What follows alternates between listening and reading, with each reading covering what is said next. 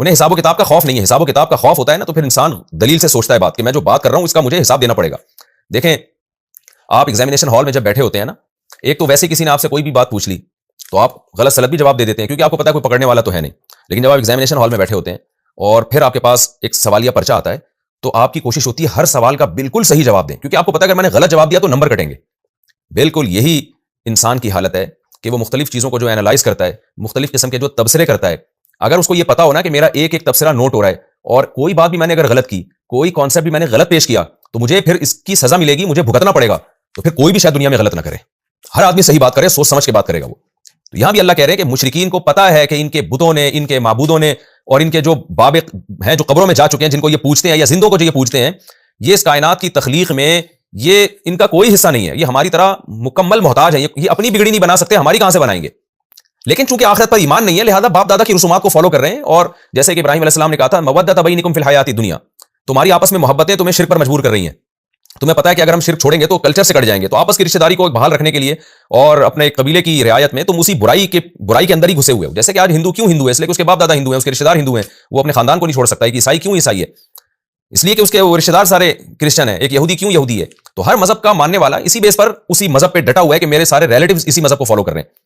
لیکن اگر ان سب کو پتا چل جائے, مسلمانوں سمیت سب کو پتا چل جائے کہ ہم اگر کسی بات کو فالو کر رہے ہیں تو ہمیں قیامت کے دن اس کا جواب دینا پڑے گا, اور جواب میں یہ دلیل نہیں چلے گی کہ میرے باپ دادا تھے یا میرا خاندان تھا, اور یہ دلیل نہیں چلے گی.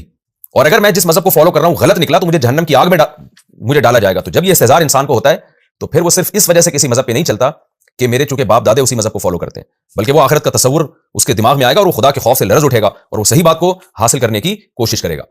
مجھے یاد ہے کہ ایک عیسائی سے کرسچن تھے, ہماری کچھ سلام دعا تھی, میں نے ان سے ویسی گپ شپ مذہب کے بارے میں ہو رہی تھی, تو میں نے ان سے پوچھ لیا کہ آپ کو کوئی اطمینان ہے کہ عیسائیت درست مذہب ہے, منسوخ نہیں ہے. تو جواب میں کہنے لگے کہ بھائی اگر اللہ کو اسلام پسند تھا تو اللہ نے مجھے مسلم گھرانے میں پیدا کیوں نہیں کیا, اللہ نے مجھے عیسائی کیوں پیدا کیا.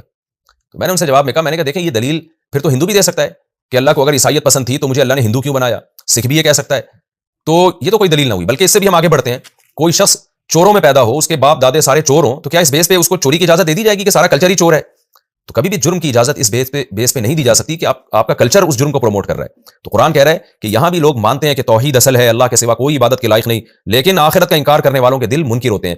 اصولی طور پر تو توحید کی بات سن کر انسان کو خوش ہونا چاہیے, کیونکہ انسان بائی نیچر ایک کی اطاعت مانتا ہے, ایک کو محبوب بناتا ہے. وہ یعنی محبوب سے مراد جو خدا والی محبت ہے وہ ایک کو دینے کا قائل ہے. بائی نیچر انسان کی فطرت توحید پر ہے, لیکن کلچر کی وجہ سے دل منکر ہونا شروع ہو جاتے ہیں, توحید کی بات اچھی نہیں لگتی. تو اللہ فرماتے ہیں وَهُمْ مُسْتَكْبِرُونَ, پھر یہ تکبر کرنا شروع کر دیتے ہیں. تکبر کا مطلب حق بات کا انکار.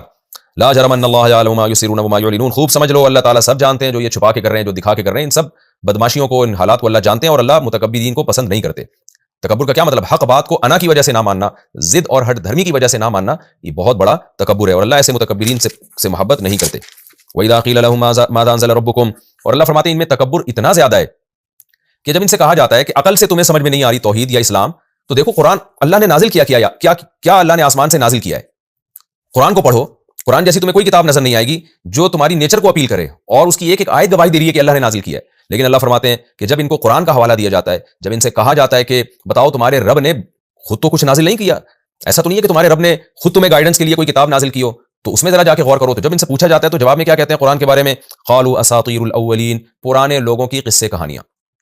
مشرکین یہ لفظ خاص طور پہ استعمال کیا کرتے تھے کیونکہ تورات اور انجیل میں بھی اللہ نے قوم عاد, قوم سمود کے واقعات بیان کیے, اور یہ واقعات باپ داداؤں سے چلے آ رہے تھے, کیونکہ یہ قومیں جب ہلاک ہوئی ہیں تو یہ تو ساری یعنی وہاں کے عرب لوگ جانتے تھے, تو یہ باپ دادا سے واقعات نقل ہوتے چلے آ رہے تھے. تو کہتے ہیں یہ تو وہی پرانے قصے کہانیاں, اور اس سے زیادہ معاذ اللہ اس کی کوئی حقیقت نہیں ہے. اچھا, جب یہ ان سے لوگ جو پوچھتے تھے نا مشرکین سے, یہ ایک نیوٹرل قسم کے لوگ تھے جو ان سے پوچھا کرتے تھے. وہ یہ اس لیے پوچھتے تھے کہ بھائی یہ مشرکین تو نبی صلی اللہ علیہ وسلم کو زیادہ جانتے ہیں, یہ تو آپ کے ماحول سے واقف ہیں, تو ان سے ہم پوچھتے ہیں کہ محمد صلی اللہ علیہ وسلم جو دعویٰ کر رہے ہیں کہ مجھ پر آسمان سے اللہ کا کلام نازل ہو رہا ہے, اس دعوے میں سچے ہیں یا جھوٹے؟ تو یہ مشرکین غلط گائیڈ کرتے تھے, کہتے ہیں بھائی وہ کچھ بھی نہیں ہے, وہ کس سے کہانیاں نازل ہوئی ہیں. تو اللہ فرماتے ہیں اب یہ خود بھی گمراہ ہو رہے ہیں اور ان نیوٹرل لوگوں کو بھی گمراہ کر رہے ہیں. تو اس لیے قیامت کے دن یہ اپنا بوجھ بھی اٹھائیں گے اور ان لوگوں کا بوجھ بھی اٹھائیں گے, یعنی یہ لوگ بھی اپنا بوجھ اٹھائیں گے اور ان کا بوجھ یہ بڑے بھی اٹھائیں گے. لیحملوا اوزارہم, یہ ایسی باتیں اس لیے کرتے ہیں تاکہ یہ اپنے کامل بوجھ کو بھی اٹھائیں قیامت کے دن. ومن اوزار الذین یضلونہم بغیر علم, اور بغیر دلیل کے جن لوگوں کو انہوں نے گمراہ کیا ہے, کیونکہ دلیل تو ظاہر ہے نہیں ان کے پاس, بغیر دلیل کے جو گمراہ کیا اساطیر الاولین کہہ کے, اللہ فرماتے ہیں کہ یہ ان کا بوجھ بھی قیامت کے دن اٹھائیں گے, ان پر دگنا عذاب ہوگا. الا ساء ما یزرون, خبردار کتنا ہی برا بوجھ ہے جو یہ قیامت کے دن اٹھائیں گے. تو اس سے پتہ چلتا ہے کہ گمراہی بھی قیامت کے دن عذاب کا سبب بنتی ہے, اور دوسرے کو گمراہ کرنا یہ ڈبل عذاب کا سبب بنتی ہے.